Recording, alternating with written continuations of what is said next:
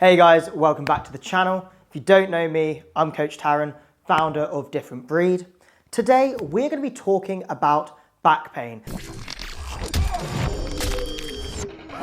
and how you can go from a glass back, unable to do anything, to a titanium back with a spine capable of literally anything you throw at it. If you're someone that finds that they have chronic pain day to day or throw their back out every time they try and do anything remotely physical, then you've got a really simple problem.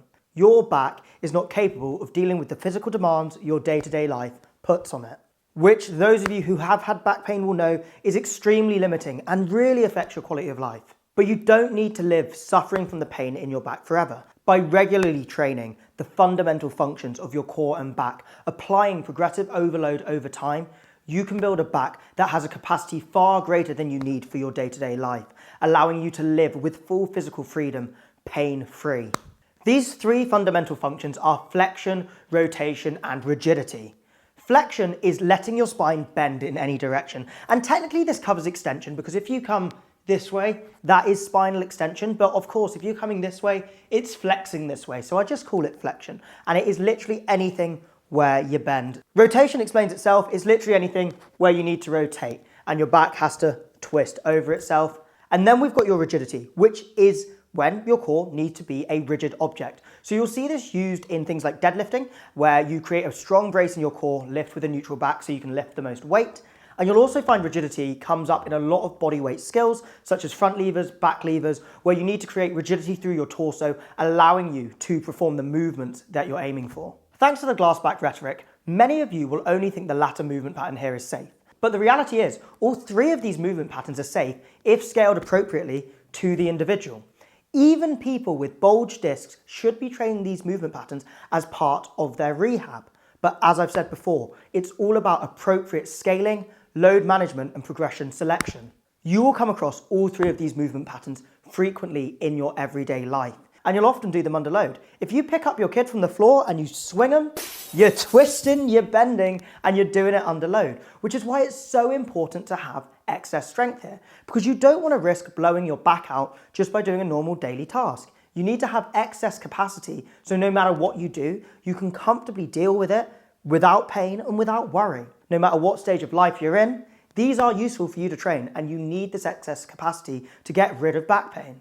If you're around my age, between like 25 and 35, and you really want to take part in sports, and your back just can't actually deal with the contact that sports have, then you're not going to be able to do that and enjoy it. And even when you're old, maybe you're 80 and you're just having your first great grandkid, you're going to want to still be able to pick them up. So it's really important you train these qualities so you still have excess capacity to do that. Before we talk through some examples of these movement patterns and how you can get from injured to out of pain, we need to talk about the level of competency you can have within movement for all of these patterns. We have got 4 stages: injured, beginner, intermediate, advanced. As an injured person, you need to be thinking about low speeds, low load, and low coordination. Things should be pretty easy and you shouldn't have any problems keeping yourself safe.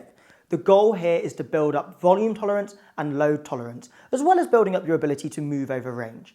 And what we mean by that is we want you to build up your ability to do these movements repeatedly without causing exacerbation. Say you've just injured your back rounding over, you're going to find it hard to round over regularly without making that injury worse. Through training volume tolerance, we build up your ability to repeatedly do that movement without exacerbating the injury you have. And when we think about increasing load tolerance, we're thinking about building the load that you can actually lift through a movement. So taking a Jefferson curl from a body weight to a 1 kilo, 2 kilo, 3 kilo, and so on. But we also want to think about improving the range that you can go over. Remember, there's a lot of ways to challenge the intensity of a movement. Range can be one of them, speed can be one of them, load can be one of them. So as an injured person, we're not necessarily just looking to get weight on the bar, we're looking to increase range and increase volume tolerance to allow us to progress in the future. As a beginner, we want to start loading simple patterns and building up range. The goal here is to really start exploring the movements that you are now safe to do, start adding load to them, start adding range to them, but still keep them simple enough that it's easy to progressively overload and you can ensure you're in control of everything. It's important to note here, as a beginner, we are still building our intensity tolerance and our volume tolerance. So it's important we're focusing on slow, steady, progressive overload here and not looking to build like maximal speed or maximal strength yet. As an intermediate, we're going to start focusing on more intense variations and more complicated variations. So things are now going to happen at a faster pace. We're going to be pushing to end ranges and we can do things that require more coordination. This is where you can really start branching out and exploring. But at this point, we still don't really want to be pushing maximal efforts. So we shouldn't be looking to do like max 1RM Jefferson curl, even if we might be doing heavy 5s and 6s over full range. We're not going to want to absolutely max speed heavy rotational kettlebell swings because we just aren't quite there yet. But we do want to be exploring these movements and building, you guessed it, intensity tolerance and volume tolerance in these movements, but now really pushing ourselves to the more challenging end of these movements. And finally, when you're advanced, you are going to be competent with all these movements. You're going to be confident to do highly complex variations of flexion, rotation, rigidity, and you're going to be able to do these at maximal effort and maximal speed. That's really what we're aiming for by progressing these movements up through this scale to get to a point where you can go full bore, full effort, and there is no worry or risk of injury. So now you should have a good understanding of what these movements are and what level of movement competency you're at out of those 4. Which means we can move on to looking at how we can actually progress ourselves from injured to advanced through one of these movement patterns. We're going to talk about rotation for this example, and we're going to talk through how you go from injured to beginner to intermediate to advanced. So at the first stage, we have injured. And when you're injured, we know we want to build intensity tolerance and volume tolerance. So first things first, we're going to start off with relatively low volumes, and you're probably just going to do something like a partial body weight twist. This is to just start exposing you to the range, building up your ability to actually go through that movement, and over time you can increase the number of reps you're doing and the range you're doing. The goal here would be to build up to be able to do a continuous body weight twist, going from left to right over full range at a moderate pace. Once you're able to do this continuous twist, we can confidently say you'll be able to load this movement pattern with a few kilos if we reduce the volume a little bit. And that's when we'd move you on to something like a horizontal cable twist. You would be able to take this through full range, under load, and build up your ability to perform the horizontal twisting motion with a bit more load, slowly just build up that volume, increase the number of reps you can do, and then keep increasing the loads you can do until you are moving a pretty decent load pretty confidently.